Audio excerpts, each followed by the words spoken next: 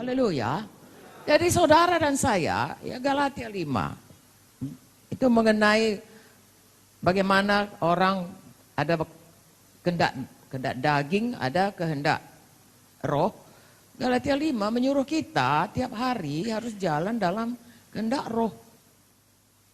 Ayat 16 sampai ayat 26. Hidup menurut daging atau roh.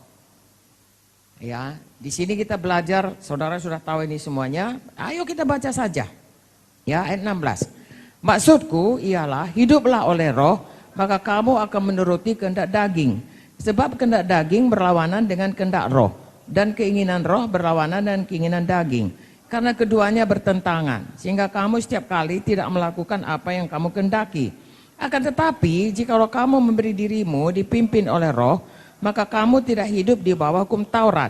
Perbuatan daging telah nyata, yaitu percabulan, kecemaran, hawa nafsu, penyembahan berhala, sihir, perseteruan, perselisihan, iri hati, amarah, kepentingan diri sendiri, percideraan, roh pemecah, kedengkian, kemabukan, pesta pora, dan sebagainya.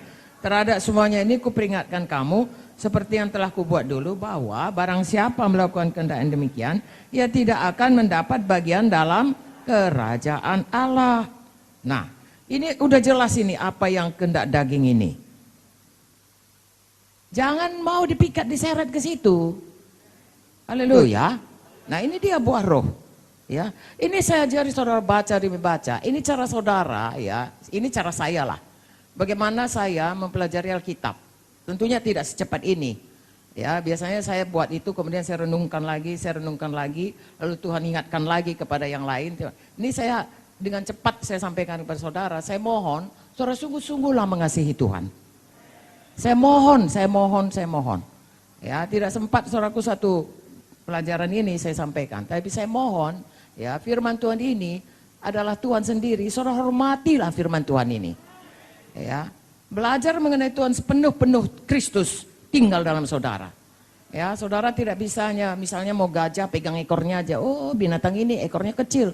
Ya, padahal badannya gede. Ya, atau saudara lihat, oh, rupanya kakinya sebesar ini. Saudaraku, oke, tidak seluruhnya. Makanya kalau kita merenungkannya, kita betul-betul fokus sama Tuhan dan betul-betul mau, Tuhan hanya mau membukakan dirinya kepada orang bersungguh-sungguh hati mau mematuhinya. Ya, Tuhan tidak akan sembarangan saudaraku, sedangkan dia berkata jangan campakkan ya mutiaramu kepada babi. Artinya kalau babi itu tidak bisa menghargai, kalau kita tidak bisa menghargai firman-Nya, dia tidak akan menerangkannya. Tapi bagi orang yang karib dengan dia, Tuhan mau bicara rahasianya. Haleluya. Ya, saya bacakan di sini bahwa roh ialah kasih, sukacita, damai sejahtera, kesabaran, kemurahan, kebaikan, kesetiaan. Saudara sudah tahu ini, kelemah lembutan, penguasaan diri, tiada hukum menentang ini. Ayat 24. Kita baca sama-sama. Sekali lagi.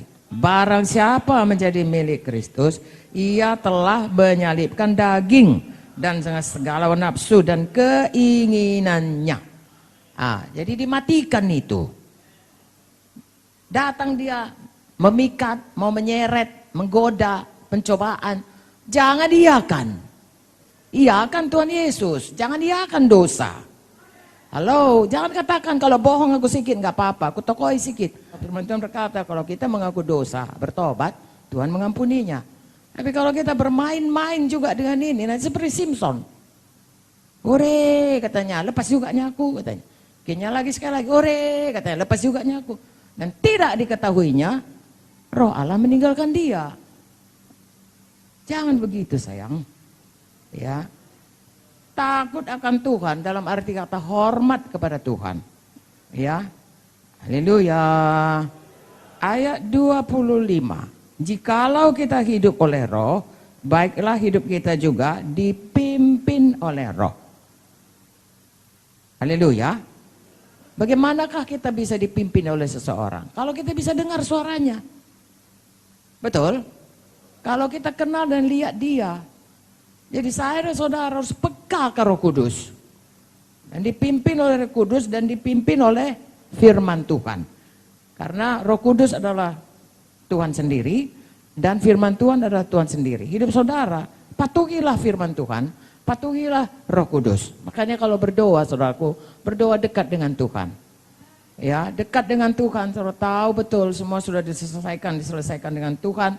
Saudara sudah mempersembahkan diri saudara, ya, sebagai persembahan yang hidup dengan segenap hati, segenap jiwa, sudah diselesaikan semua. Lalu datang, mendekatlah kepada Tuhan supaya mendekat kepadamu. Lalu bisa dengar suara Tuhan. Lalu bisa dipimpin oleh Tuhan, dipimpin Roh Kudus. Dan orang yang dekat dengan Tuhan, saudaraku, tidak akan mudah. Bukan saja tidak bukan mudah, mustahil pun bisa terseret terpikat.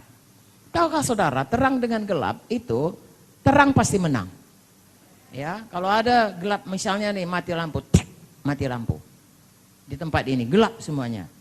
Lalu ada HP saudara, hanya kecil kan? Bisa siapa yang menang? Kalah gelap itu, nampak terus cahaya yang kecil itu. Begitulah terang. Apalagi kalau kita tiap hari minta terang Tuhan. Firman-Mu adalah terang pada jalanku. Tiap hari, maka terang jalan kita itu. Tidak tersandung kita. Haleluya. Makanya saudaraku dikatakan tadi, setiap anak Tuhan harus dipimpin Roh Kudus. Jadi kita punya pilihan. Apakah hidup kita ini, kita mau saudaraku ya terseret, terpikat, ya sampai jatuh dan kita biarkan. Atau kita tetap menyerahkan hidup kita untuk dipimpin Roh Tuhan. Untuk selalu saudaraku sebagai orang yang mempersembahkan tubuhnya, persembahan yang hidup, kudus, berkenan kepada Tuhan. Ada Roh Kudus bisa menolong. Ada Tuhan bisa memberi kemenangan. Amin.